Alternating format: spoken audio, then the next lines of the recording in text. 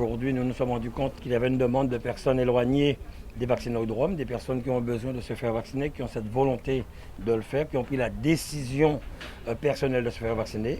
Certains de mes collaborateurs m'ont proposé de mettre à disposition le cyberbus et l'équiper en Vaccibus. Eh bien, tout de suite, j'ai donné mon accord.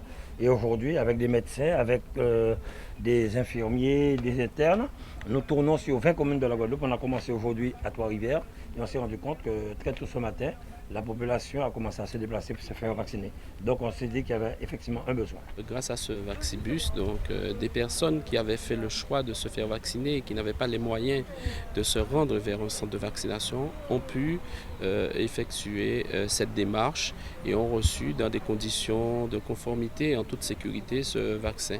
Donc nous permettons, et que je le répète encore une fois, à ceux qui ont vraiment décidé de pouvoir passer à l'acte. Voilà. Je voudrais dire à la population qu'on a mis en place cette opportunité pour tout le monde, tous ceux qui veulent se faire vacciner, de pouvoir accéder à la vaccination sans avoir à se déplacer vers un centre déjà fixé. Ici à Trois-Rivières, il n'y a pas de centre. Il y a beaucoup de demandes de gens qui veulent se faire mais qui n'ont pas l'opportunité de se déplacer. Alors n'ayez pas peur de vous faire vacciner. Ça n'empêche pas, vous pouvez être vacciné et si vous voulez prendre votre petite tisane, votre Virapic, vous pouvez le prendre en plus, ça ne gêne pas du tout. Donc nous avons procédé au réaménagement du cyberbus en Vaccibus. Donc comme vous le voyez, les aménagements n'ont pas été difficiles. Ce qui est délicat, c'est l'organisation des ressources humaines puisque nous devons mobiliser des personnels soignants. Et vous savez qu'ils sont extrêmement mobilisés sur tous les fronts. Et donc c'est surtout la constitution des équipes des personnels qui demande, je dirais, de l'énergie. Mais sinon pour le reste, nous nous sommes organisés dès lors que le président nous a donné son go pour que tout soit prêt et qu'on puisse être présent dans les communes. Et l'ARS a donné son autorisation pour que le Vaccibus tourne dans toutes les communes.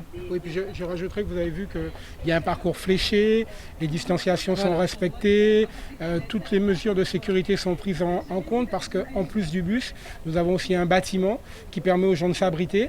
Nous avons un bâtiment qui permet de pouvoir vacciner les personnes à mobilité réduite qui ne peuvent pas monter dans le bus. Donc toute cette logistique a été rodée et aujourd'hui elle remplit complètement le cahier des charges. On s'est rendu compte aujourd'hui, n'en déplaise à certains, que dans certains pays, il y a des matchs de foot où il y a 75 000 personnes dans les stades parce que plus de 95% de cette population est vaccinée. Aujourd'hui, il y a une demande, on les entend sur les réseaux sociaux, on les voit dans les communes éloignées.